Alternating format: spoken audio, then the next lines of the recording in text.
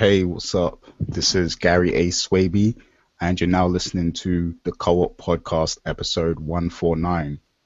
Now, unfortunately, Richard Bailey won't be joining us today because he had to go away for the weekend on a trip, and I believe he's going to see the Royal Rumble, WWE. So Yeah, that's what I I'm hope talking. he, I hope he enjoys that. I hope it doesn't suck for him when he's out there, because I know the Rumble has sucked the last couple of years, people have said. Yeah, isn't like half the roster injured right now or something like that? No, As what well. it is that a lot of the people that the WWE keeps going back to, like John Cena and them, that they really rely on, are injured or they're incapacitated or they're just not around. So they have to rely now for the first time, hopefully, they have to rely on a lot of the newer talent to really hold up the product. And hopefully we get some new stars from that, because that's been a problem with WWE for the last, like 5, 6, 7 years that people have complained about. It's been terrible for like 10 years plus, in my opinion. But yeah, Yeah, I agree. so so that voice you just heard was Jake James Lugo. So what's up, JJ? Not much. What's going on, people? I'm glad to be here again. What's happening? Cool, cool. And we've also got Michael A here. What's up, Mike? Hey, what's up, people? How's everyone out there doing? I'm doing good. I'm sure the people are doing good. And we've also got special guest, Mr. Nigel Twumasi. I hope I pronounced that correctly. So, Yeah, it sounds right to me. cool, cool. How you doing? Yeah, I'm good. I'm good. Thanks for having me, guys. Cool. And I actually met Nigel last month at one of his events called Gamepad. And, he had at the event, there was like a tournament for Super Smash Bros. And there was other games being played there as well on different platforms. And also, Nigel runs his own brand called Mayamada. They produce comics, clothing, chocolates, all sorts of creative things. So, Nigel, please explain your brand and what you do, and the event that you throw, and when the next event will be. Cool. Yeah, I can do all of that. So yeah, so Mayamada is a brand I started with a friend out of university a few years ago, and the idea was to take our love of storytelling and characters and Japanese culture and kind of put it together in something unique and new. So what we did is come up with our own universe of characters, and the universe itself is actually a television network. So all the characters belong to shows on the network, and the stories of the shows are told through comic books, which we write. We have an artist on our team that does the illustrations. So that's kind of the fundamental of the brand Mayamada, is this universe of character stories, and our whole thing is about, as well as sort of the anime and manga influence, is about creativity. So that's kind of why we've got these different things within the brand, because we like sort of expressing the brand in different ways. So we do have our own clothing line of t-shirts or sweatshirts, hats. We mix that with things like chocolate, which does make sense because it's linked to one of our characters, Samurai Chef, which has a very strong food theme running through it. So that's why the chocolate is there. And then obviously, as you found out, we do our own events. So the idea behind Gamepad was to bring together our fans and new fans and get everyone together in one place and be social while playing games. Yeah, see, and I love that because like the whole social and just meeting up to play games, like that kind of thing is rare in London. I mean, we do get like big events like Comic-Con and Yeah. Eurogamer and other things like this where you'll see tournaments and stuff, but as for like the local kind of community type of feel, you don't really get that too often. So like, I really Yeah. like that that's something you guys are doing. No, So I agree. I think a lot of gaming has gone kind of online, and not that there's anything wrong with that, but for me and my co-founder Lau, we kind of we grew up with like 4-player GoldenEye on N64, and yeah. like a lot of the best memories we have in gaming is when people were in the same room, and yeah, sort of being social, enjoying the game together in the same space. And I think a bit of that has been lost over time. So you do get these huge conventions that happen sort of once or twice a year, and that's fine too. But there's kind of a middle ground almost where you can have something with more of a community feel, where you get people who like, either friends come together or people meet at the event and become friends, and that is something that, like you say, is not easily found in London and the UK. So we're basically doing something about it in a sense. Yeah, because like when I was at your event last month, like there was this dude, I can't remember his name now, but he found you on meetup.com, and like he's the type of guy who's always looking out for opportunities to play people at Smash Bros. So like just the fact that you guys were throwing an event, you had it on Meetup, like he just showed up because he Yeah. wanted to play, like stuff like that is stuff I really haven't seen in a long time, and that was interesting to me just to see people who are so invested in gaming that they're willing to meet up and interact with other gamers and stuff like that. Like I really like to see that. So Yeah, it was a nice surprise actually, because we put out like the Facebook event and meetup, and I mean you put it out, you want people to come, but it's always a good feeling when people actually. It's difficult to get people to leave their house for events, so when people actually do show up, just like, oh, I just saw it on Facebook, I just saw it on meetup, and I'm here. That's a really cool thing to see. exactly. So you're throwing another event. Is it next month or the month after or something? Well, Yeah. you can give the details. So go ahead. Yeah, so we have just recently confirmed the date of the next Gamepad event. This will be the 6th in the series and the first one of 2016. So the date is Saturday, March 26th.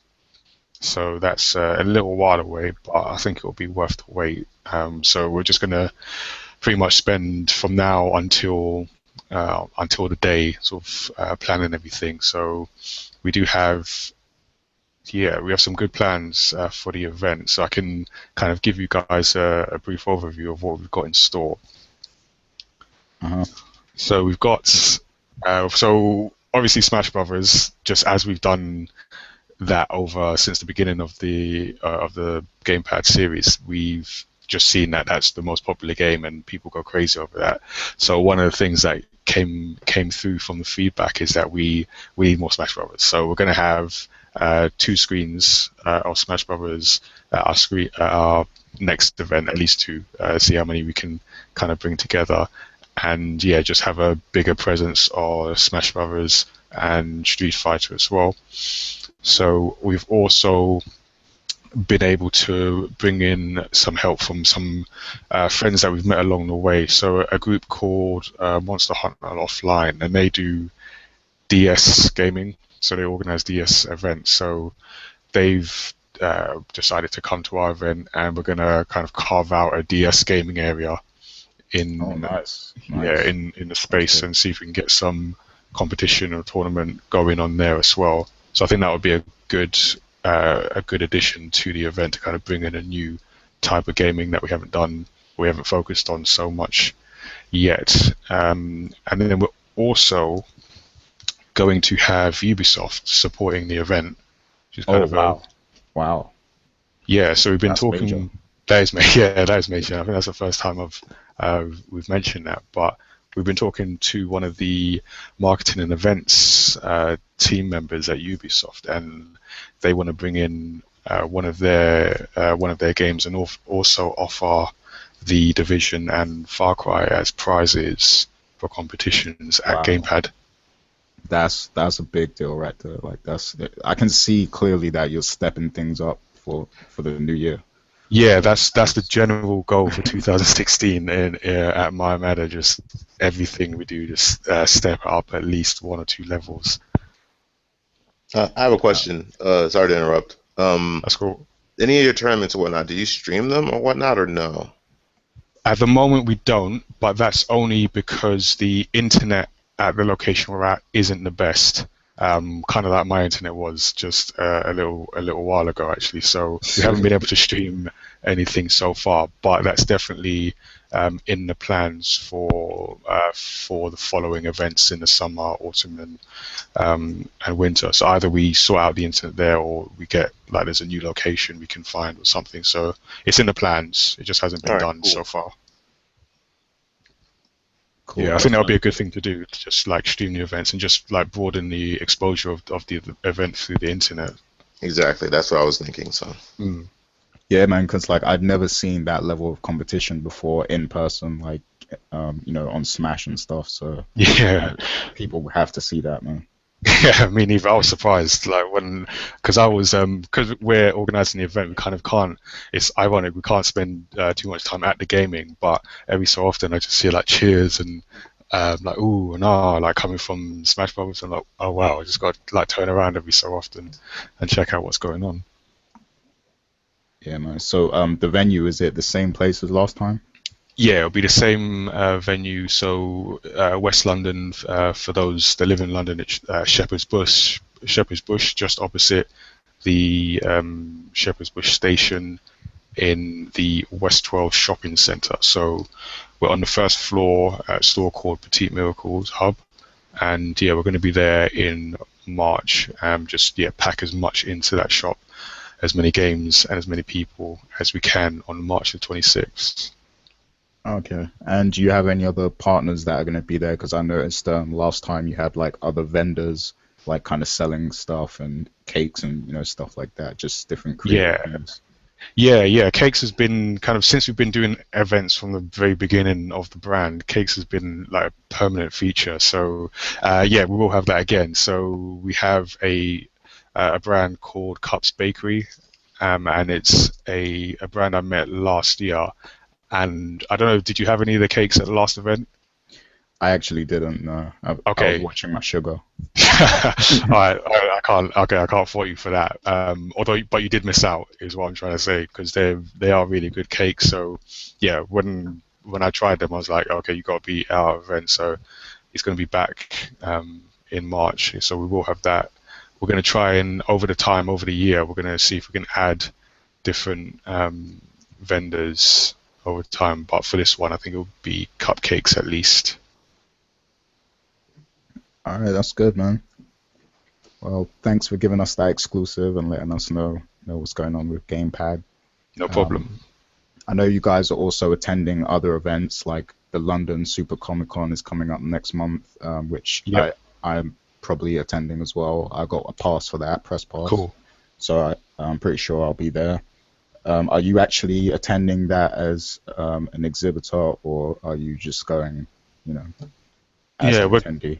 No, we're going to be there as exhibitors. So February is good for us because it's sort of the start of the convention season for throughout the year. So we've actually got two conventions in February. The first one is in the first weekend of February, and that's the London Anime and Gaming Convention, where we've been doing that for a few years now, and we're also going to be doing a talk on sort of crowdfunding for comics, because our first comic, Samurai Chef, was made through Kickstarter.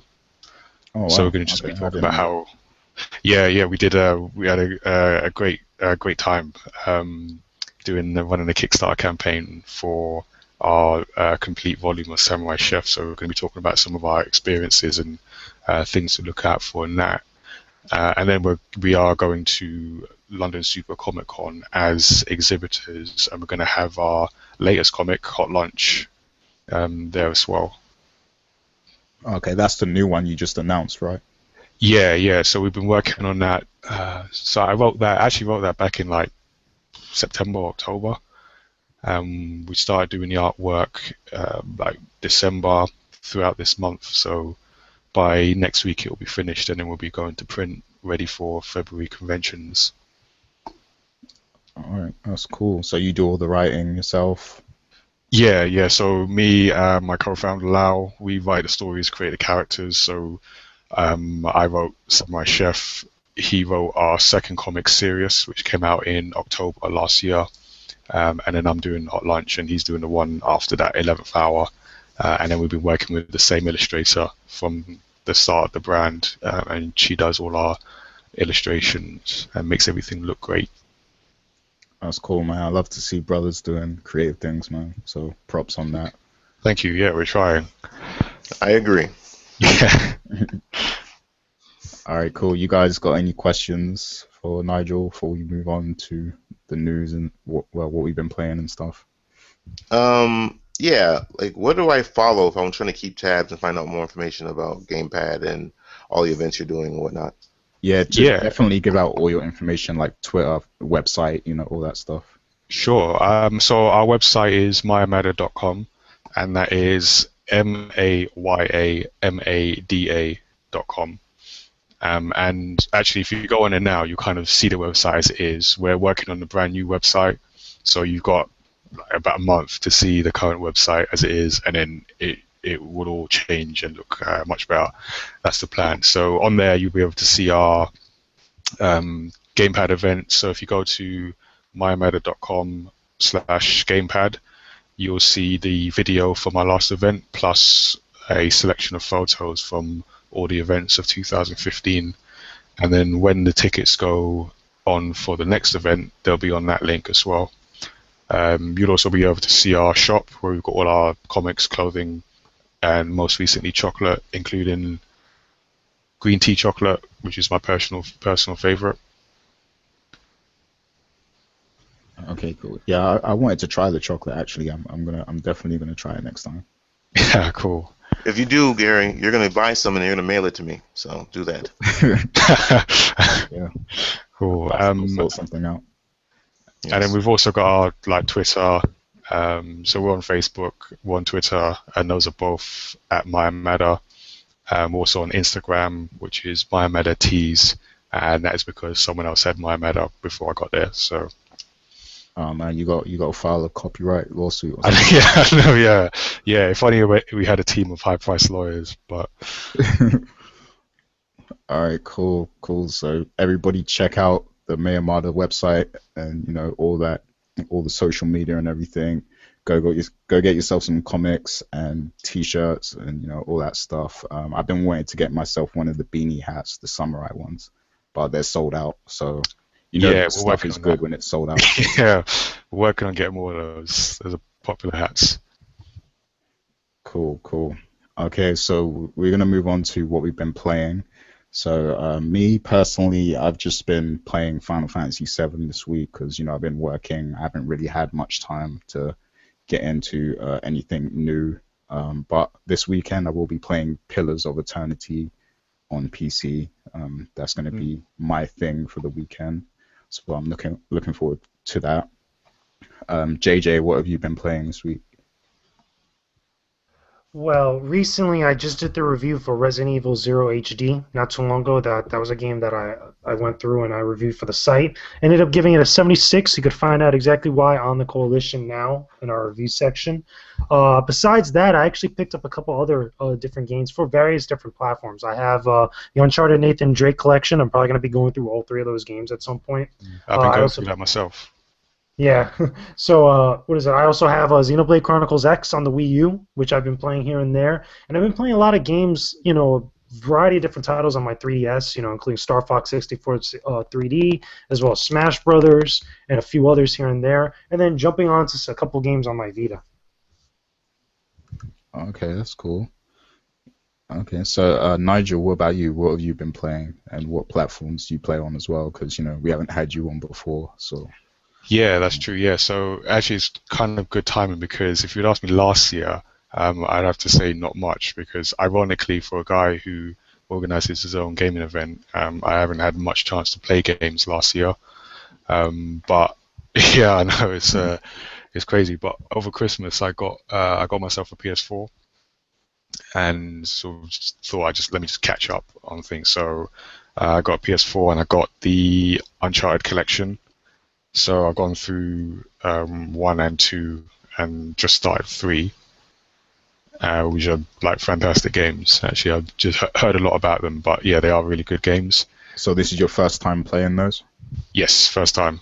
Oh man, yeah, those amazing games. Definitely, Yeah. Especially the second one. That's my favorite. Yeah, that's my favorite so far. I think the second one kind of really took everything, as a sequel should be, took everything that was good about the first one and made it better, and then dropped the stuff that was bad. Yeah. I also got NBA 2K16 as well, and that's just because I got into basketball weirdly over the last 2 years, so I was like, okay, let me get the game as well.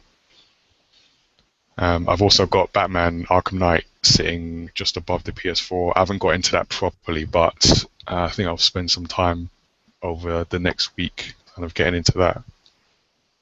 Cool. Anything else, or is that pretty much it? Yeah, that's it for the moment. Yeah, I still need to get in the habit of of catching up with games. Okay. So, I can tell you've been a very busy man with, the brand and everything. Yeah, I respect that. Very dedicated. So Michael A, what have you been up to? What have you been playing? Warframe and Smite, like usual, of course. Playing some Mortal Kombat as well. And I got back into some DOA just because I wanted to play a 3D fighting game. I haven't played one in a while. And and Amplitude, because I've been reviewing Amplitude for the site, so you can check that out. I'm posting it today. So, well, I'm not sure when you guys will hear this, but by the time you hear this, it'll be on the site already. And they randomly added Witcher 2 to they gave it away for free, but I already owned it. But the good thing about it is whenever they give away a game for free on Xbox for 360, it gets added to the backwards compatibility list. So I'll be able to download Witcher 2 on my Xbox One, and I'll be able to actually get back into it and finish it, so I can go through 3. And I know the stories aren't super entwined, but it's just one of those things where, like, if I like a franchise, I don't like playing the next game without beating the game before it. If you get what I'm saying. Yeah. So Yeah. I I hear a can lot finally of good go things. through. Yeah. So I mean, I enjoyed what I was playing with Witcher 2 when I played it. It's just that I didn't take my 360 when I moved out to California a couple months ago, or a few months ago, I should say now. So I didn't have access to it. It's sitting in storage in Chicago right now. So, but yeah, now I'll be able to play that. So that's cool. That's cool. And that's about it. Mainly waiting for some of the future releases coming out because this year is stacked. So What are you looking forward to? on my 3DS, I'm looking for Project Cross Zone 2.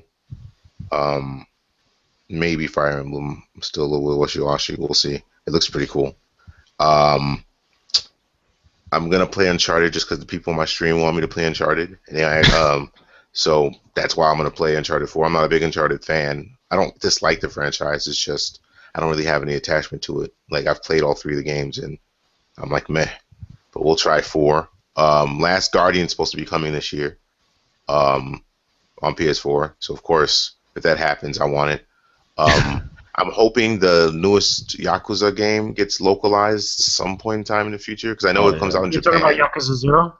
You mean? Yeah, I think it is. I know that is in Japan. It just came out in Japan now, so I know it'll take a while for it to be localized for the West. That I want to get DOA 3 Extreme. Don't judge me. I don't care. Quantum Break is a definite pickup. The Division is looking like I'm gonna have to give that a try as well. Honestly, there's just too many games. Gears 4, yeah, it's I can go on and on. So there's tons that I gotta play this year. Aren't you missing So Final Fantasy 15? all right. Anyway, so there's tons of games that are coming out this year that I need to really grind for and get ready for. I'm not playing Final Fantasy 15. I'm good. Man, you're a hater. Like, I'm not a hater. it's gonna be sick. I'm not a Final Fantasy fan. Unless they announce Final Fantasy, if they re-release Final Fantasy Tactics for next gen, or if they made a Final Fantasy Tactics 3 finally, I'd buy that day one. I wouldn't even need to see footage. Just release it, I'll buy it. Because I love that game. So, but, yeah. When is 15 even dropping? Well, they just said 2016. I assume it's going to be. They said it's this year. They just haven't given a date. So the rumor is it's supposed to be the summer of this year. Okay, gotcha. If it's summer, that would be great because That's the season where there's like All nothing I to know play. is that I want if that game comes out this year, I don't want any other big Square titles like that coming out. Like I don't want to see Final Fantasy VII remake. I don't want to see Kingdom Hearts 3 this year. This will be FF15's this year, and then next year will be whatever the big one's going to be. Why All couldn't right. they release both? I mean, you can play both, especially if they Well, released here's the thing. Here's the 15 in the thing. I summer think and then that like Kingdom Hearts like late winter.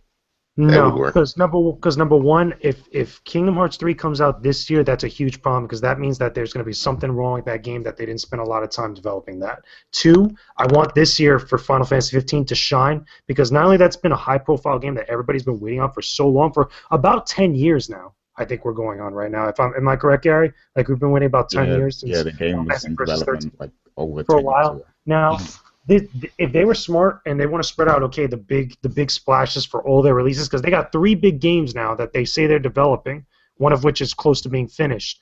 That's in their repertoire right now. Besides everything else that they have that they're working on, that's Final Fantasy 15, Final Fantasy 7 remake, and Kingdom Hearts 3.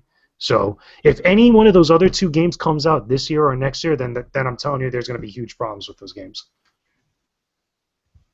Yeah, I don't think they'll release multiple games in a year. Well, I mean, they're gonna release Star Ocean, but that's like, it's not on the magnitude of Final Fantasy. Yeah, exactly. I was gonna say, like, I don't think that's on the same hype level or the same type of like anticipation as like Final Fantasy 15 or now Final Fantasy 7 remake. Even though Star Ocean's an awesome series and you should play that, like Star Ocean games are pretty damn good. Yeah, I'm looking forward to that game. All right, so that was what we've been playing and what we're looking forward to this year. Nigel, you didn't answer the question though. Is there anything in particular you're looking for this year? Oh, looking forward to. Yeah. Yeah, actually I don't even know if it's this year. Is Mirror's Edge 2 this year? Is it, guys? Yeah, it's this Yes, year. it's in the summer.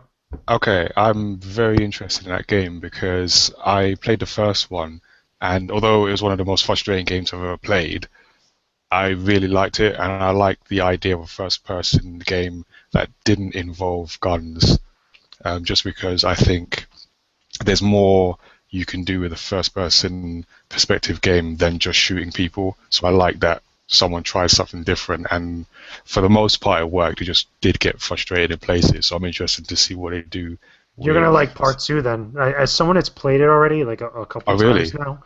It's because when I went to New York Comic Con, we got an extended hands-on demo with it, Oh, and wow. one of the things that they said was that you're not going to be able to use any of the guns that you pick up that before you could pick up in the last game. Yeah. Or, well, not really pick up. Yeah, you could really kind of pick them up in the last game, but this one you're not going to be able to do so. It's going to be a little bit much more open.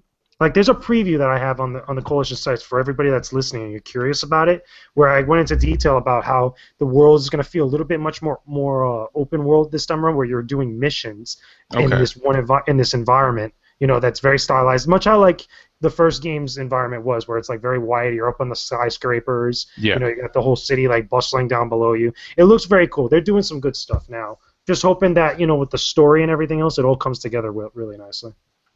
Okay. Yeah, I'm definitely looking forward to that. I'm also looking. I was gonna say looking forward. I'm interested to see what Nintendo do with their console, but I don't know. Is that this year or is that next year? Yeah, we're going to be discussing that as our main topic, so Yeah. we'll Yeah. get to that. But yeah, we're supposed to learn all about that this year, so Okay. that'll be interesting. Yeah, I'll add some opinion when we get to that then. Some uninformed opinion. All right, cool. So we'll get into the news topics right now then. So firstly, we're going to get into some FGC talk, fighting game community. Mike A, you got a bunch of topics to talk about, from Street Fighter 5 to Mortal Kombat, so let us know what's going on. So, well, starting off, KIT Kumite in Tennessee was last weekend. Pretty much, I don't know if it's considered the first major of the year. I'm not sure about that, but it's a big major for the Southern fighting game community, where people from around the country, actually around the world, venture over there. There were some really, really good fights. Like the top 8 for Mortal Kombat 10 was amazing. Like, it was some of the best Mortal Kombat 10. It was like some great hype moments. Like, people were really excited. Some really cool stuff happened. They had exhibitions. They had a first to 10 between Tom Brady and Sonic Fox, and it was pretty lopsided. But I mean, it wasn't as bad as other people's exhibitions against Sonic Fox. So yeah, check that out. There's some more events coming up. So if you follow me on Twitter or whatever, you'll see me talking about that. Also, Mortal Kombat 10 had the GGPO beta went live Tuesday. I did not get in. It was, I mean, they were super selective with who they picked. A lot of like top Mortal Kombat players didn't even get in, which is kind of rare. Like I don't even think CD Junior got in. That's crazy. He was like a tester for the game.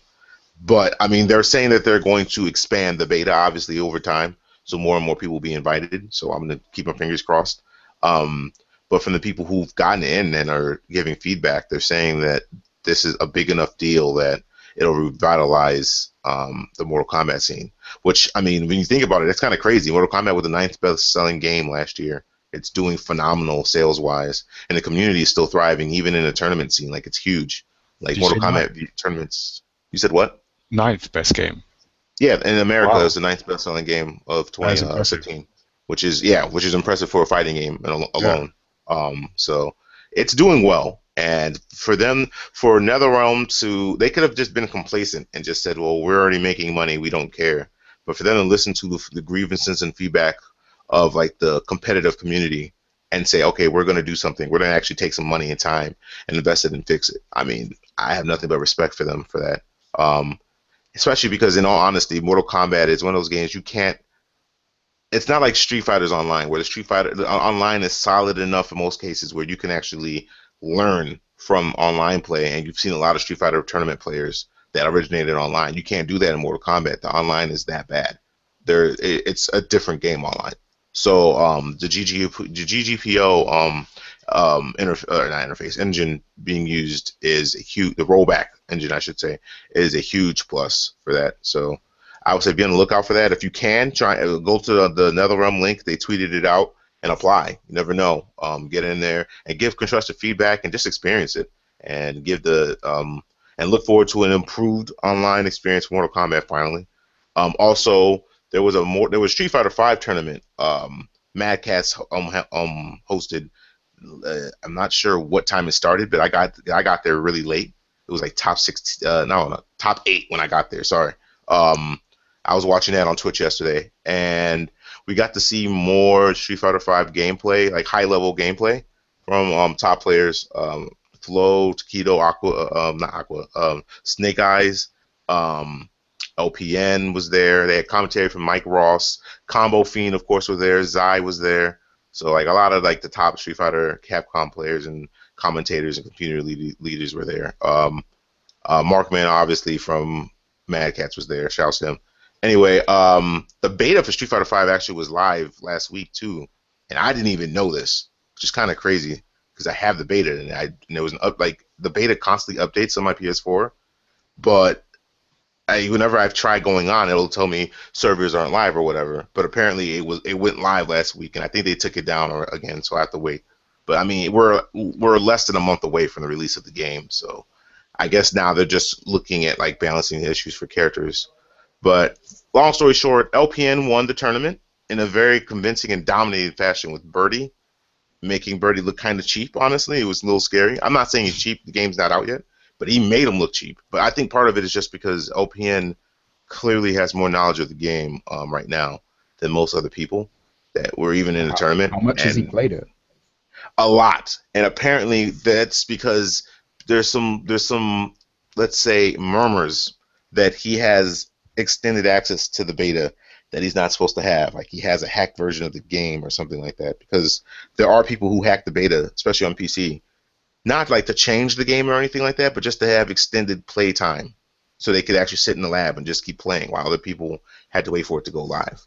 Wow. I'm not sure if that's what happened or not. I don't care, because in all honesty, watching his Birdie play was great. Like he made Birdie, like people were confused about what Birdie was. They thought Birdie was going to be a grappler. He is not a grappler. He is a zoning character that has a command grab, and that completely changes the game. He has this amazing pressure, but he can keep you out with chains and whatnot. Like it was just good to watch. So I'm not sure when the archive of this stuff will go up. I'm sure it won't be long. So check that you can go check that out as well. Yeah, that's about it for FGC talk right now, I suppose. Cool. I'm really looking forward to Street Fighter 5 now. Like I got a feeling it's gonna be like that top fighting game for a long time once it drops. Yeah, So I agree. It's one of those things where like I mean I personally never thought Street Fighter was the best fighting game. I honestly don't. But it's one of those things where they probably do the best job of making a game that has depth, but is simple enough for new people to get in. And that's something a lot of other fighting games struggle with.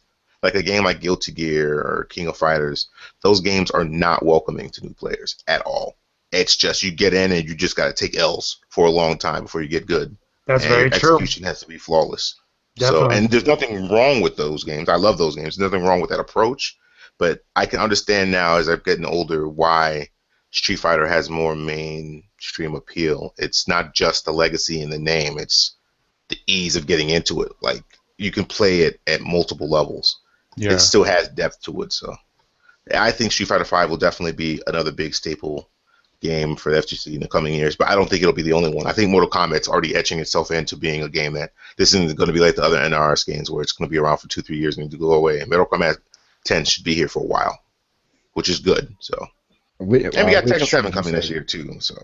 Tekken 7 is another one. I was just talking to a friend of mine who writes for Red Bull Esports, and he says Tekken 7 is another one that's getting into that phase where a lot of people are going to start getting into it because of how easy it is to kind of just jump in and stuff. Yeah. That's going to have that longevity. Yep. So I personally think that's why they, like I said before on the show, I think that's why they added Akuma. They added a character that people are familiar with. And it's not just because he's Akuma, it's because he's a Shoto. So most people who've played fighting games, even for passing, you usually just pick a Shoto. They pick a Ken or Ryu because I think also there's another thing too, because my friend also mentioned another thing, because we were talking about Tekken 7. One of the things that we were mentioning was that, and he feels that's going to be a little bit of a testing water to be a little bit for Tekken Cross Street Fighter down the line. Because obviously, remember, that game's still being made and still being developed according to Harada or whatnot. But at least for that one, not only has that mainstream appeal outside of like, Street Fighter Cross Tekken and stuff, it's a Shoto character, like you said, but it could also be, again, if you look at him, he has the same type of design that everybody knows. And there's like very little change from like going into that game that that whole engine, the Tekken engine from the Street Fighter engine and stuff. So that should be interesting. Yeah. cool. And Nigel's someone who like throws tournaments and events and stuff. If Street Fighter 5 does really take off, do you think that that is a game you'll integrate into your events, like moving forward and stuff? Yes. In a word, yeah. I like that. Yeah. It's in, we are got an eye on the game, so definitely during the year we want to put that into the lineup. Cool. Are you familiar with any of the people that are in the scene out there in the UK, like the Winter Stay On cats and all that kind of stuff, or not really? I'm not, no. Okay. Yeah, you should check them out. They're pretty cool. Okay.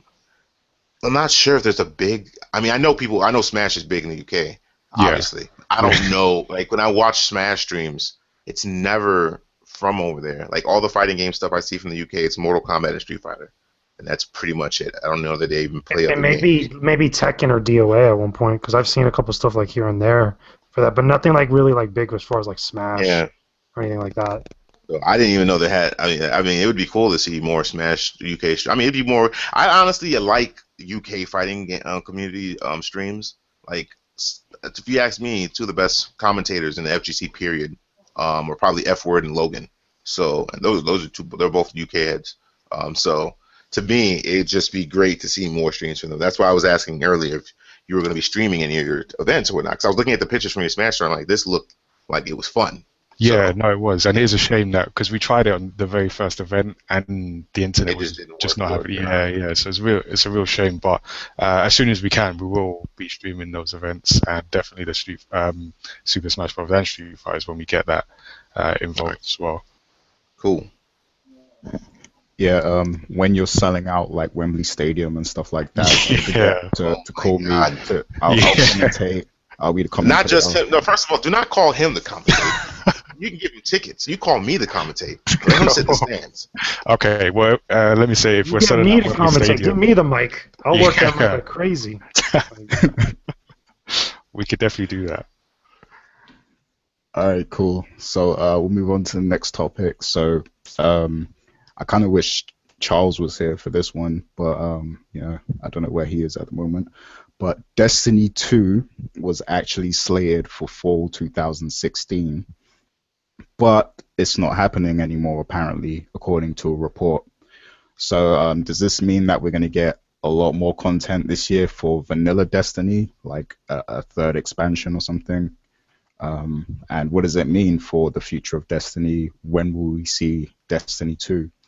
In the report, it was saying they were kind of thinking about content that they're going to hold on to for Destiny 2. So I guess they're kind of thinking about stuff they're going to offer this year with the first Destiny game and stuff they're going to hold back for the next one. So, Michael A., what do you think of that? Because I know you didn't really enjoy the Destiny experience much anyway. I'm not shocked. I honestly expected it to come out this year, and now that it's not, I mean, I'm not shocked that it was planned, I should say, sorry, to be coming out end of this year. Because if you've heard me in the past, I told you Destiny 2 will probably come out end of this year. So them pushing it back, I guess maybe they realize that there's more money for them to milk out of their players, out of the first game. They've taken I mean, honestly, even though I'm not a fan of Destiny at all, I can admit they've taken the right steps with Taken King. So maybe they're going to. I don't know that you're going to get another expansion on that scale, unfortunately, because the game still needs it. But they'll probably come out with like 2 more light work updates because they realize that Destiny players are dedicated to that game. I think it's just because they've invested so much money they can't turn their backs on it. So they'll definitely buy it. There's money for them to be made. They're making money now off the silver system that they added so that people can buy emotes to do dances and stuff. After people complain about it, by the way, yeah, they're still making money off of it. They're still making money off of it. So it is what it is. It's Activision is not about not making money, and that's why Activision is Activision. That's why they are where they are. I respect it. I'm not an Activision hater like most people. I actually like the company. They put out consistent quality games. Like I can't remember last time I played an Activision game that just didn't work. You know what I mean? Like their games work. So it is what it is. I'm not a Destiny fan. I don't really care about Destiny 2. I probably won't even play it, honestly, because I don't even play Destiny now. So, it's just financially, of course, it's a success. But like critically, because I know before it came out, there's a lot of hype from the ex-Halo guys. I mean, people said great things about it, and the thing is that when Taken King came out, people said a lot of great things about it because a lot of the stuff that they complained about in the first Destiny was kind of addressed. Not everything, but a good chunk. I remember reviewing that and checking it out when it first dropped. And the thing is like, as someone who's spent a lot of time with Destiny, like a ridiculous amount of time with Destiny, I could say that this is a great move for them. Personally, for me, if I was them and I was making the creative decisions, I would have turned Destiny into a platform rather than make a Destiny 2. Because I remember that was one of the first types of discussions that everybody had back in the day when Destiny was still launching and such. They were trying to make it very similar to like an MMO, and you know how like an MMO. When somebody says like they play World of Warcraft on PC and stuff like that, they don't really say that they play PC gaming or they play like EverQuest or stuff like that. No, they play World of Warcraft. And in this case, it would be like you would play Destiny. You don't play Xbox One or PlayStation 4 or whatever. You play Destiny, and that's exactly what you would identify with or whatnot. But because it's Activision, like what Michael was saying and such, I think if they're in the business of making money, they're going to do it. They know that people are going to throw down money and buy it. I think it's smart for them. It's smart moves for them. They probably make a lot more money releasing a Destiny 2 rather than another expansion like Taken King. I think that I think you're still going to see expansions like that maybe after Destiny 2 does launch and stuff. Like I don't know how many exactly. I don't know what would be like the right sweet spot for them, but I know that they did make a huge splash with Taken King, for a variety of different reasons, and they're going to probably make an even bigger splash with Destiny 2. Yeah, you know what I think I think releasing Destiny 2 would be a big risk for them because the thing is they have a very dedicated and loyal community on Destiny right now. Like there's people that live and breathe Destiny. Like when I used to play all those hours, I used to play with people who literally woke up, played Destiny. They might have like an hour break here and there, but like their whole day consists of just playing Destiny. That's it. Wow. It was like a 9 to 5 for them. Yeah, they're definitely. It's like an MMO. It's like any other MMO. People that play World of Warcraft, people that play Final Fantasy 14. It's the same type of culture. And that's the thing. I kind of disagree with you in the sense that it would be a risk because those same hardcore, dedicated, like ride or die guys or people that are out there, those gamers, they're gonna dive into Destiny 2 regardless. No, They're but still see, the thing is though, like with MMOs and stuff like that, people aren't that accepting of change. Like, you know, if they completely change the system for Destiny 2, there's a chance they might upset that loyal fan base of players. Like, I think that's kind of irrelevant though, at least to Activision. I think at that point, you still have that hardcore fan base that's dedicated well over 200 plus hours into the game, and that's fine and dandy. I obviously don't think that they're just going to change stuff up just for the sake of changing stuff up, especially drastically when they have a formula that works. Because again, you see the same thing with Call of Duty. That same type of formula works. It works right, and people love it for one way or another, wherever you stand on Call of Duty. So I think that they're still going to release a game that's very similar and very reminiscent of the first one, but it's still going to be Destiny 2. It's still going to be a whole new experience, and people are still going to dive into it, though. it's a weird situation though, because if you release it and it's similar to what's already there, then what was the point in releasing another game anyway? Because they could easily just keep adding to this one. But you know, if they release another one and it's like really different, like extremely different to what we have already, there's a chance they might lose people because they liked what they had in Destiny 1. So, You're right. You're absolutely right. But I think that for Activision themselves, I think that's irrelevant. I still think they would still do it. I think putting a number on it, calling it Destiny 2 rather than another expansion, even though personally for me, I would rather if they just stuck with expansions and make it a big deal every time they release one. They're still going to do that because people resonate with that. It's like, oh, you're getting the latest new thing. You're getting Destiny 2. You're getting the latest expansion or the latest like iteration of Destiny and stuff. And Destiny players, as much as like you say, like they would be upset with the changes stuff, they'll still dive into it. I still think that that's the type of mentality they have. okay. Well, you know, I'm personally glad that we're not getting a Destiny 2 this year because you know, Taken King, I played it, you know, I played like the main missions and stuff like that, but I don't feel like I got the most out of it yet, and I do plan on going back to it, you know, here and there, but there's a lot of other games I want to dip into as well. But you know, I do miss my days of, you know, playing Destiny daily, so you know, I definitely want to do a lot more of that before they release another game. So I guess we'll wait and see what they're going to add to the current Destiny this year. But it's interesting. We'll just have to wait and see. So the next topic, we got some minor Nintendo news before we talk about the big thing. So JJ, I'm going to head over to you with this one. So there's Sure. the Firefox Amiibo support. Firefox Amiibo support. Wow, Gary. Wow. But basically, guys, news came out that Star Fox is going to get a what? Firefox, exactly. That's exactly what he said. Like that's what I'm saying. I'm a web Wow, developer, Gary. man. I'm sorry. Oh my god. Gary, you fail. Anyway, like I was gonna say, basically, it came out news that, unsurprisingly so, that Star Fox Zero is gonna have Amiibo compatibility. It's gonna have Amiibo support. Now, this can mean a number of different things because, again, Nintendo just mentioned that, but they said they'll detail it very, very soon, which I believe come February. I believe it's the middle to end of February. We're getting in a Nintendo, Direct that's gonna detail a bunch of different things about a lot of games that are coming out, and that this might be one of the things they talk about, but.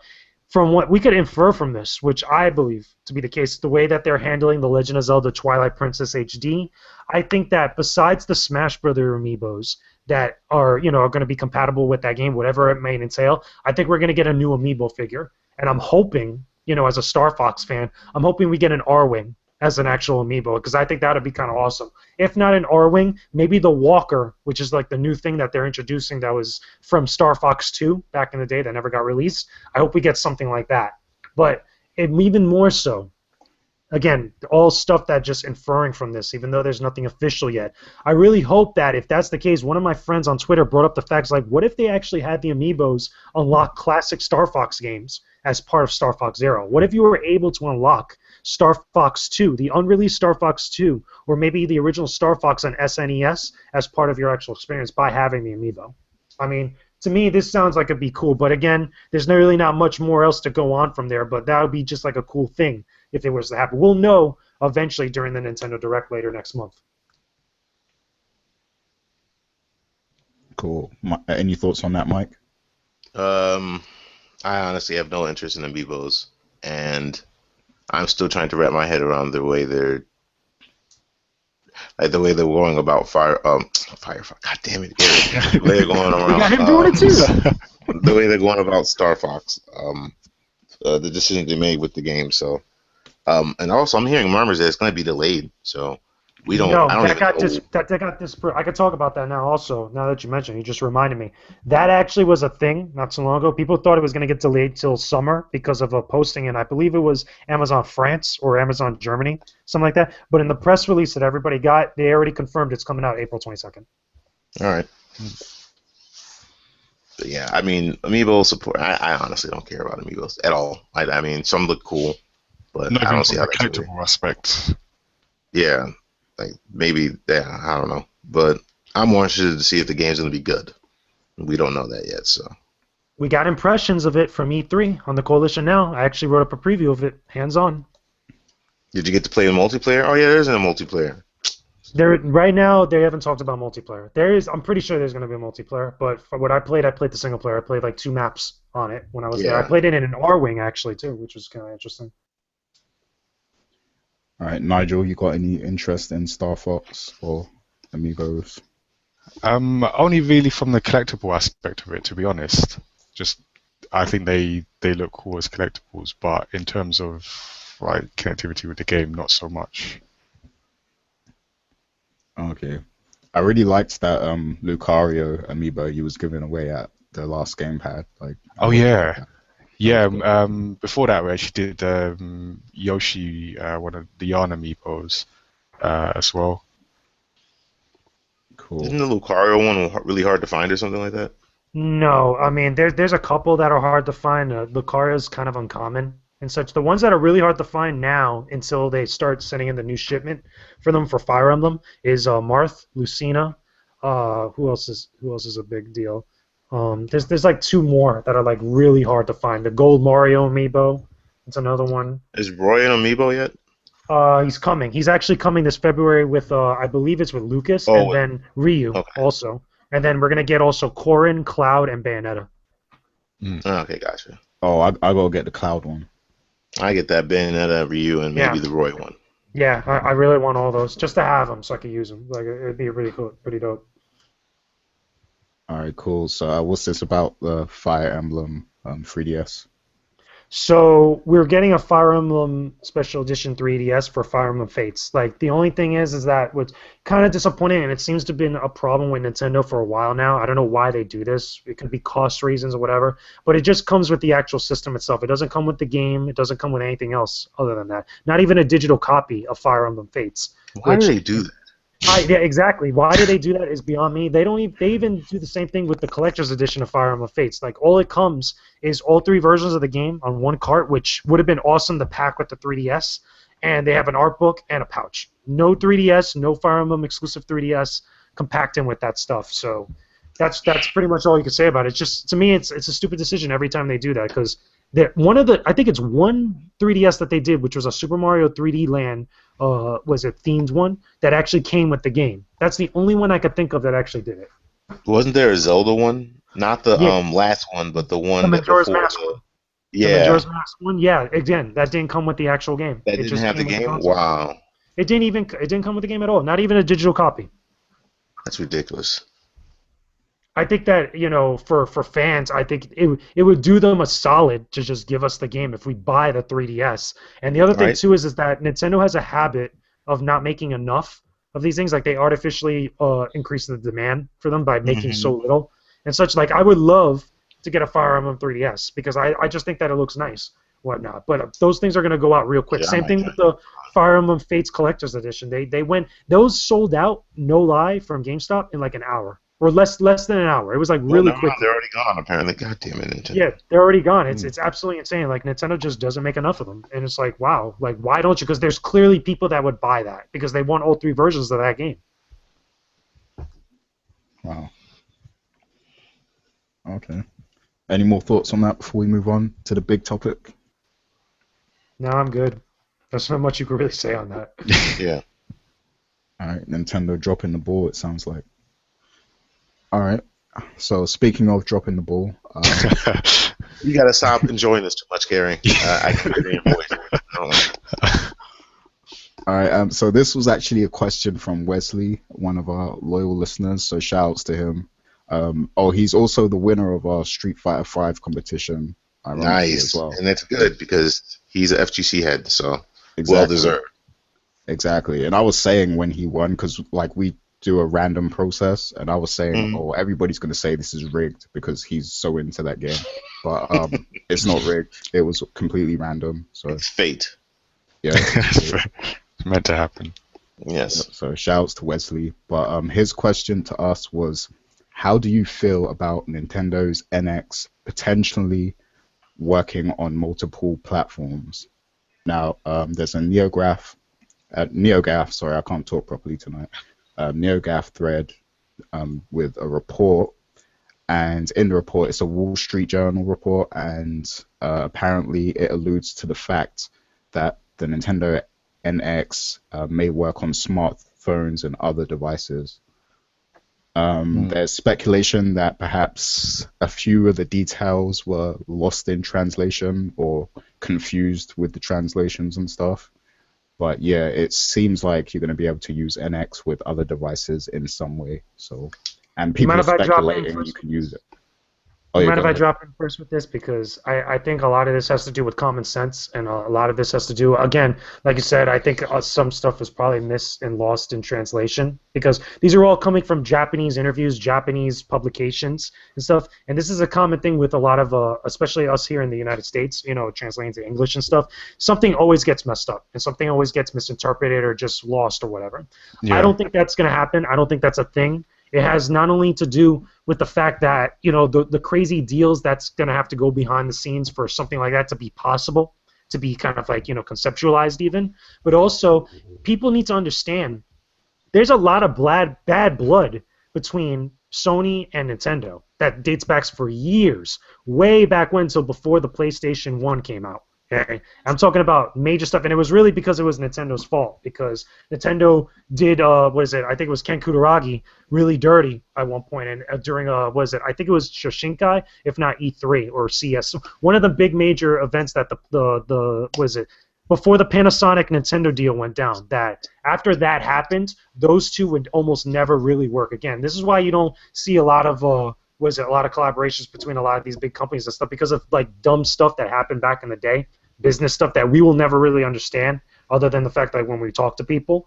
But this whole idea about the NX working on the PlayStation 4, when mobile phones, I could see, because they're working with DNA right now, and they're trying to break into that mobile market, or at least get their feet wet with it. But to work on like the PlayStation 4 or the Xbox One or any other consoles and stuff just seems a little bit kind of like, again, either people aren't understanding what's going on, don't understand that history, or again, just misinterpreting what some of these Japanese publications are seeing. That's just, again, I don't think that's a possibility. I don't think that's going to go down like that. Do you think But a I lot of digress. this? Do you think a lot of this news is what people want Nintendo to do? Exactly. I think a I lot was of going to people. say that. Yeah, exactly. That's exactly what I think it is, and that comes from the argument that they want Nintendo to start putting their IPs on other platforms, which I Yeah. don't think is going to happen either, No. for a couple different reasons. And then also it gets into the whole kind of like muddy nature of like the different specs, which I guess we'll talk about in just a bit, because I want to stay focused on the question, but the specs of the NX that are apparently leaked out and stuff. But really, I think that just comes from different random expectations and statements, ill-informed statements, that people keep throwing out there because they want to see certain things happen with Nintendo, or because they're trying so hard to speculate about what's going to go down and stuff for whatever might be the possibility of, like, whatever they want to see go down with the industry. I just think that a lot of them are ill-informed on that stuff. I don't think that's a possibility. I don't think the NX is going to work with the PlayStation 4. I don't think the name of the console is called NX. I still think that's a code name. Yeah, I think it's clearly a code name. It's a straight up code name. I think that we're still going to get that same thing like with Codename Revolution. Everybody thought back in the day before the Wii, when the Wii was called the Revolution, everybody thought, yo, this is a badass name. Yeah. So, and then when they called it the Wii, then they want to talk about how mad they were. It's like, well, they were straightforward. This was a code name, but it's like whatever. I remember the like I said, I don't think disappointment. that's a possibility. I honestly, you only hear this with Nintendo. Like, Nintendo's the only company that people will outright say, yeah, they should just put their games on PC and mobile devices. It's like, why don't you say that about Sony, who technically is kind of doing that now, because you can stream PlayStation games to non-PlayStation console devices. You can stream it to your handheld. You'll be able to stream it to your television, like directly, or not television, to like any device that's not a PlayStation. Like you'll be able to play games directly to a TV if you have the service when they get that up and running. And So you it's can like do it to PC as well. and you can do it to PC. Yeah, my fault. So it's like for some reason there's a strong desire for people to just see Nintendo games not on Nintendo consoles. And it's always Where does that bugged come me. from? I think it's just people who don't I'll want to tell buy you exactly Nintendo what it is, but products, go ahead. but admit that Nintendo games are good. They want Well, to yeah. experience that first party, but they don't want Yeah, to support Nintendo. And I don't That's understand not why. it though. That's not it though, in my opinion. But I mean, I agree with you. But really, I think it comes from is that because a lot of people have such opinionated stuff about what is it about the NX, about Nintendo, about the Wii U specifically, and the Wii to some extent and stuff. They want to see those games, or at least games like Legend of Zelda, Metroid, Star Fox, F-Zero, etc. Yeah. Be given that type of resources of a console that's much more powerful, on par with the PlayStation 4. It's that seductive fantasy of them having those games that just look fantastic, play fantastic, and all that stuff. And they're so disappointed because the Wii U doesn't have that same caliber of power behind it and stuff. They start concocting all these different ideas about what it would be like to have those Nintendo IP on these types of consoles. Yeah, But people yeah. have I been see. saying that before the Wii U. Like they were saying that like since GameCube days. I've No, heard they were people saying that since the Wii. I think really the Wii, because there may have been that type even of on the talk around GameCube, people were saying, PS2. I But want GameCube games on PlayStation. Like there used to be a rumor years ago, like during the PS2 era, that Eternal Darkness was coming to PS2. And I was like, Yeah. I never understood why people thought that would be true. Like it wasn't legally possible at the time. But there's always been this strong desire for like Nintendo to go the route of Sega. And I don't know why that is. I want Nintendo to stay around. They're the only Yeah. company in gaming right now that focuses exclusively on gaming. No other company can make that claim right now that makes And I consoles. think they're necessary. I think they're necessary also because, again, without Nintendo, like if Nintendo starts accessing all their different IPs and put it in, like outsourcing it to other companies to put it on their consoles Yeah. and stuff, it would make a very monotonous industry. I mean, we've talked about I this plenty of times. Even me and you, Mike, we've talked about this plenty of times. It would make a very monotonous industry because I agree. Nintendo's at least the one company, that you could give credit for, no matter how you feel about their games, no matter how much you criticize them, no matter how much you get down on them for doing stuff that you disagree with. You got to give them credit where they're the only company that really has the balls to kind of go out and do their own thing or do something different than what's necessarily a lot of other companies are finding success in, because they did it with motion controls, they did it with the 3D handhelds, with the 3DS and stuff like that. Yeah. There's talk about the NX doing the same thing with making a hybrid between the portable gaming and console gaming and stuff like that. You got to give them credit where credit's due with that. But I think is that we get so caught up, or at least people get so caught up on the negatives and the shortcomings of Nintendo, that all of a sudden that it becomes this talk about why Nintendo should go. Yeah, from the I totally industry. agree. I think the argument that Nintendo needs to do what everyone else is doing is a dangerous one. That, well, to be fair, Nintendo just aren't going to listen anyway, so I don't think there's any danger of that. But just the thinking behind it, you want someone who's doing something different. Like you want that, otherwise everyone's doing the same thing, and then quickly becomes very boring. Here's the other thing too, and I want to throw this in there before we move on with the NX stuff, is that Mhm. a lot of people seem to keep throwing out this idea that they want them to go consoleless, again, just shooting out their IPs to various different platforms and stuff. Nintendo kind of doesn't have to do that. I mean, here's the thing. It's a big myth also, even for Nintendo supporters, it's a very big myth that Nintendo has this giant war chest, because they have a ridiculous amount of, that's what they call it. It's a giant war chest, which is a lot of funds that they have that's able to sustain them for years. Now, while Nintendo's not a broke company, don't get me wrong, Nintendo's been around since the 1800s, the late 1800s. They have the life expectancy of like a really crazy healthy cat, like with like 9, 10 lives. You know what I'm saying? Like, That's a horrible analogy. What do you? okay, bottom line, the company has been around for a very long time, okay? And they have the funds to sustain themselves, and they're not stupid people. They have a lot of smart, savvy, successful businessmen that help run their company and such. And this idea about them like exiting the console business, when clearly that's what a lot of their business has been predicated on, has been like established on, has been making video game consoles and making video game related products. That specifically gets that Nintendo branded seal of approval and stuff like that. They clearly, obviously, aren't going to do something like that. Like people have to get away from this misconception that they should do that in order to regain success. They're being successful. They're not being as successful as the other consoles. Don't get me wrong. They could be selling a ton more if they changed up some of the decisions they made. And I think a lot of that had to do with some of the stubbornness from that old guard before Iwata's passing a while ago and stuff. But again, I don't think Nintendo's ever going to go with that route, but I digress. Yes, it's interesting. Like, okay, when I heard these rumors and this report and stuff, what I was thinking is, what if the NX is kind of like, it's going to be hardware, but then they'll also have a service side attached to it, and that service could be like a subscription, and you can access it from PC and mobile I got something for you on that too. I got something for you on that too also, which is all based on these rumors that have been breaking out over the last week and stuff. But, I mean, do you want me to get into that and talk about the other thing too? Yeah, well, let me just say quickly, I do not believe you'll see this service on PlayStation or Xbox, because that would just be like, I don't see Sony or Microsoft accepting that, because why would they want another gaming service on their console? Because that's just going to take away business from them. So I don't think you're going to see that. But on PC and mobile devices, it would make sense. So yeah, exactly. But the thing I wanted to mention about was basically it was about this recent survey that came out not too long ago, which I believe the company is called GfK. I could be wrong. Again, I don't have it right in front of me, but yeah, ironically, survey I used to work for them, by the way. Oh really? Oh wow. Oh wow. But yeah, I GfK, used to work for their market research team. Funny.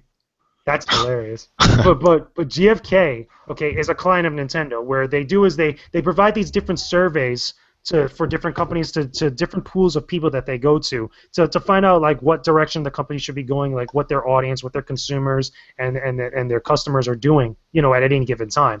And the survey that came out that had these questions was about, ironically enough, the NX from Nintendo. And one of the things that number one, they specifically referred to the console as NX, which I'm guessing, again, maybe just to hide, again, keep it called the code name that they have for now, not calling it its real name, whatever it might be.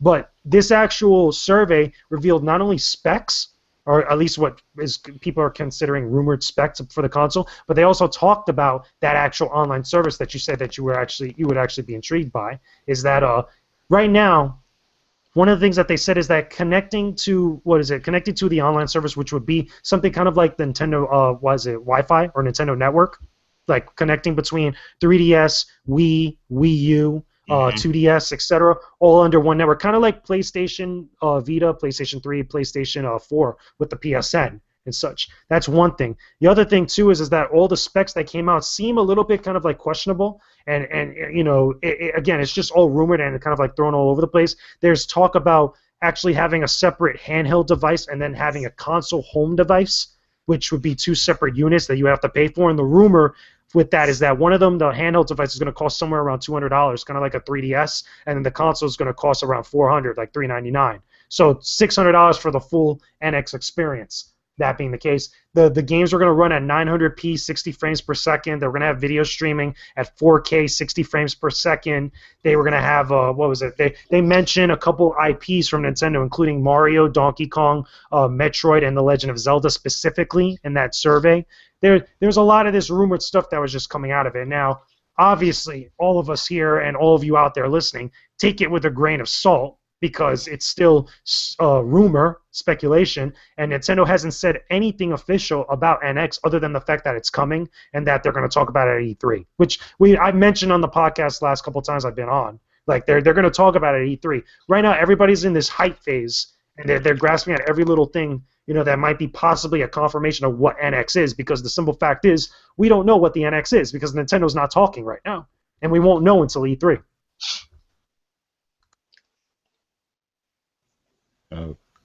Well, it's going to be interesting. I can't wait till E3 now. Like, I know I've been known as the Nintendo hater, but I'm actually really excited to hear more about this. So, I'll put you like this: If those rumors are true, I'm done.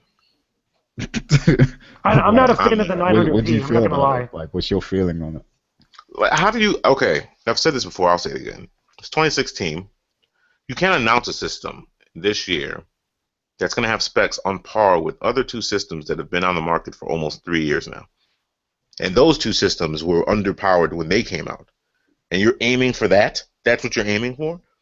I'm not saying Nintendo has got to have the top of the line everything in there, but you can't give us 1080p 60 frames per second locked in 2016 on a new piece of hardware. 1080p has been standard on the PC market for like what, 15 years now? Like it's something crazy like that, like almost 15 years. I'm not even a graphics guy like that where like resolution is the end all be all. But if I was to buy a new console, I'm not buying a new console in 2016 that's 900p. And then you're going to do 900p, but then you're going to support 4K gaming. Why? Like, well, it just, and I know that these are all rumors. So of course, Nintendo's probably reading this and saying, "Yeah, why? We wouldn't do that either." But if this is true, no, I'm good. I'm all right. $600 for the complete, and that'll kill me too, because there are people in the world that'll spend that $600 for that full complete NX experience if that happens. And I'm not even saying that that's bad, but these are the same people that looked at Oculus Rift for 600 and said, "No, that's too expensive." Like what? Yeah, I mean, like it's, I don't know. I I honestly, I'm going into the new Nintendo system with with an open mind and expectations that Nintendo is going to learn from the mistakes they've made in the past while staying true to what Nintendo is. So I'm expecting to be, first of all, I'm expecting some VR interactivity because in my opinion, Nintendo did that first with gaming, with the Virtual Boy, and people laughed at them then because it was way too early for it. But I wouldn't be shocked if they had some type of VR support for the NX. And then I'd want to see them. I don't want them to go away from motion control. I think motion control should just be there. They've invested this much time and money into it. There's potential there, and they're the only company that seems dedicated to sticking with it. So I say stick with it. I have no problem with that. Do be Nintendo. Go a different route. Do new things. Try to innovate. That's cool. I'm 100% for that. Gaming needs that. But on simple things like the power of your console, like you can't come out with a console that's just crippled from the get go, because you just did that with the Wii U. You just did that like a couple years, like 4 years ago. You just did that, and that didn't work for you. Why would you do that again? Yeah, I mean, in that sense, I kind of agree with you. Like, if it can't do 1080, 60, like that's a big deal. Because I There's got mean, to be a legit reason, though. I mean, here's the thing: the one consistent thing I keep seeing with all these rumors is that the console is going to be some sort of hybrid with a mobile and a home device. Now, I can understand That's if cool. that's maybe the reason why, because there's probably like something like if you're going to be able to take your NX experience with you on the go on your mobile device like that, Hmm. maybe like something to do with the transferring over or the communication between the two devices. That might be the case. I can understand that. It still sucks. Don't get me wrong. It sucks that you won't be at 1080p like that. But if that's a legit reason for something like that, or like whatever the power of the console might be and such, I can understand that. One thing we also got to keep in mind, guys, there are dev kits for the NX out right now. Developers have them, and they've already talked about how they've been working around and messing around with them. And some of them even kind of like, even though it's still a little suspect to what it might actually be, some of them have even come out and spoken up against about the NX's actual specs and the stuff about it, like as far as like being a piece of hardware is concerned and stuff. So a lot of these rumors that I'm seeing right now haven't even really kind of addressed that or even kind of lined up with some of the stuff that was said before. I mean, they're rumors, so I mean, most of the stuff originates on NeoGAF, and I never believe anything from that site because Always I be know what kind of suspect people from it, yeah. I know what kind of people are on that site.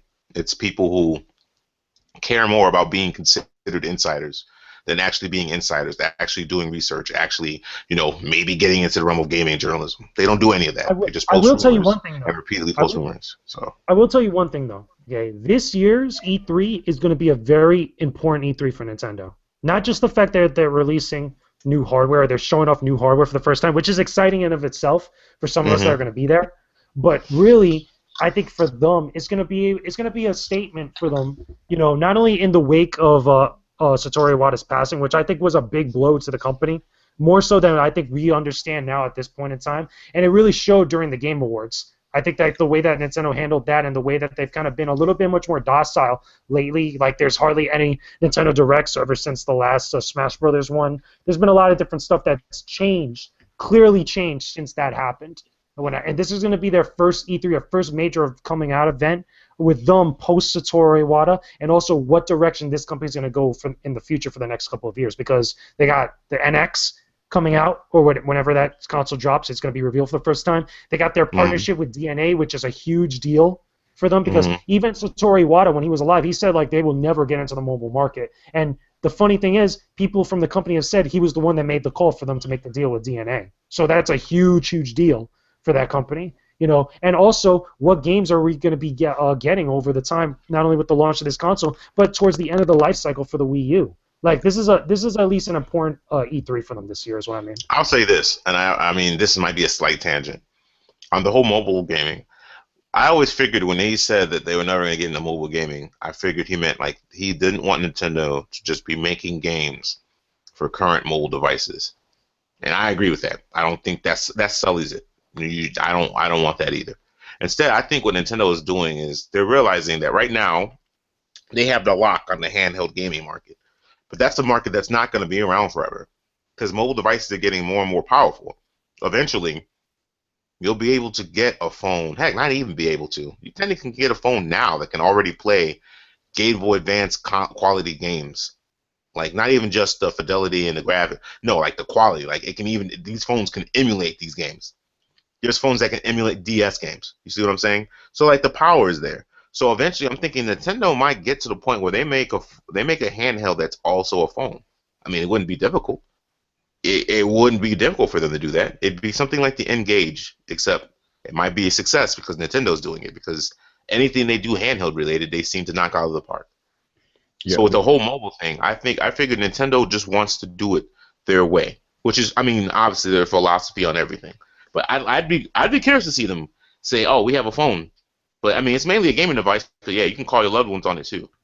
I would buy it. If they do that, that would be fantastic. They have a Pokemon game they can market with that. Remember that Pokemon game that's supposed to be a kind of like an AR game where you could actually capture Pokemon? Yeah.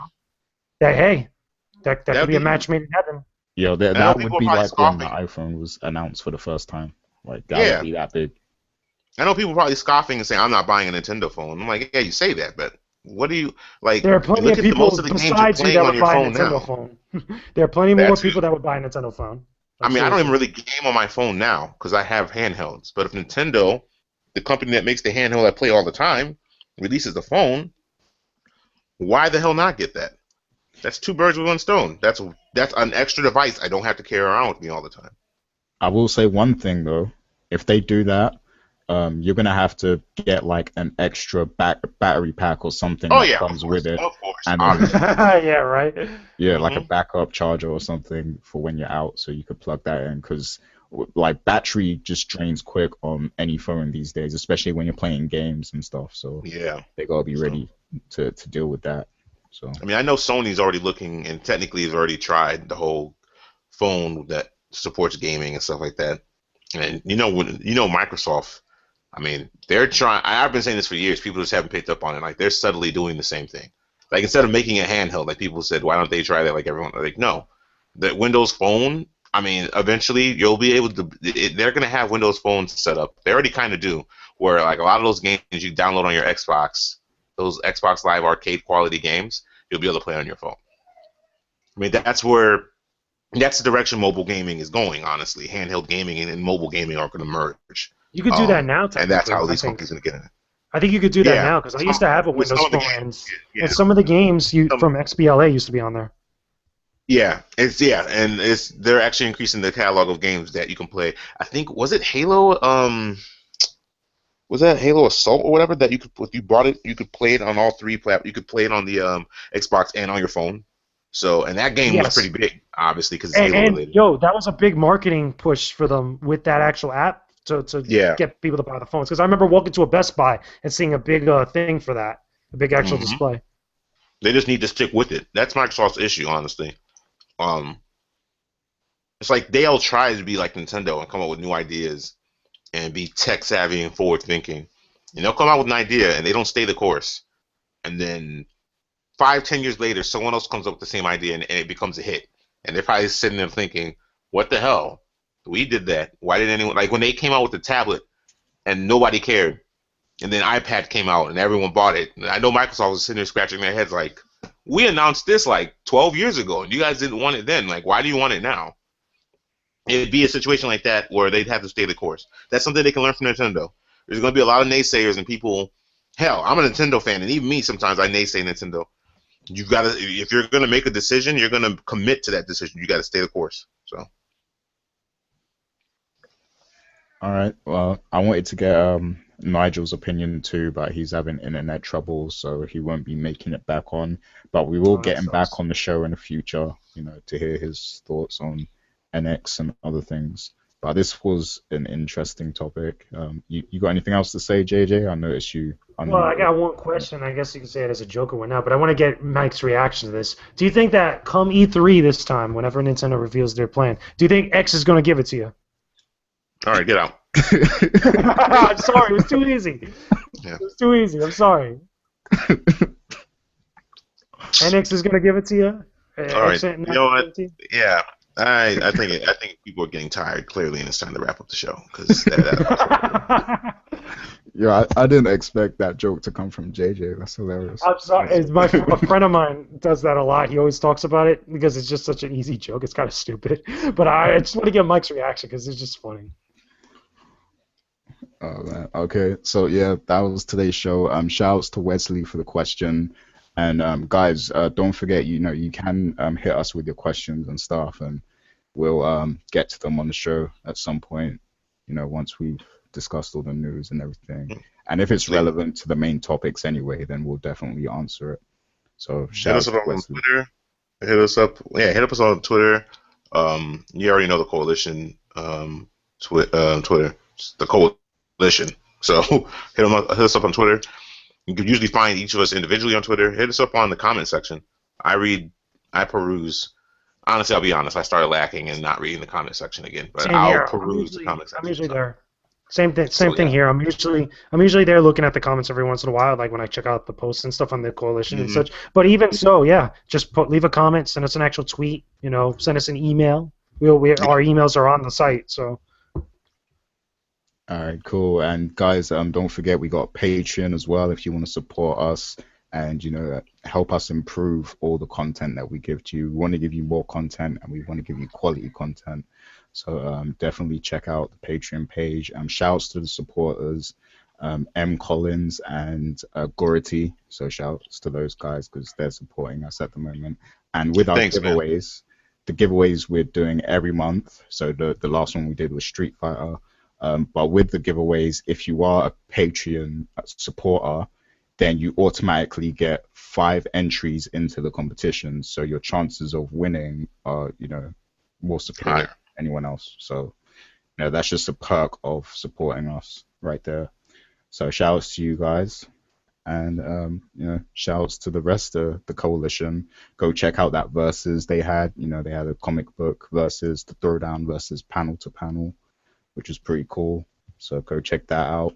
Knights of the Turntables coming later. So definitely check out all the content we've got. And shouts to you guys. Any last minute things you guys want to plug before we get out of here? Like your Twitch streams or anything?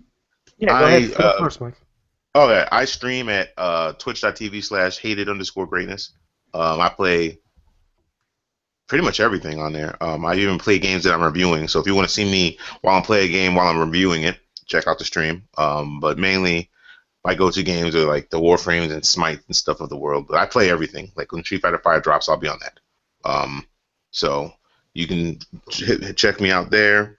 You guys already know my Twitter. I mainly post on social media just to post news links and stuff like that. I'm not a big social media head like that. I prefer the old school way of interacting with people directly. So yeah, if you actually hit me up and ask me for my Skype, I'll give you my Skype because I'd rather actually talk to people by talking to them directly. So my review is going to be up, like I told you, by the time you hear this, obviously, for Amplitude, go check that out. If you have like legit feedback about my review, or you just want to ask me questions about what I think of a game that maybe I just left out in the review or whatever, just feel free to contact me. And shout outs to Wesley. Of course, he's always hitting me up on Twitter with the good stuff. And congrats again for winning. Shout outs to the coalition staff, like the whole crew. Rich, who's on his way to go one on one with John Cena, apparently. And the OGs that aren't really on the show as much as they used to be, like Cap and Ed. Well, now shout outs to you guys.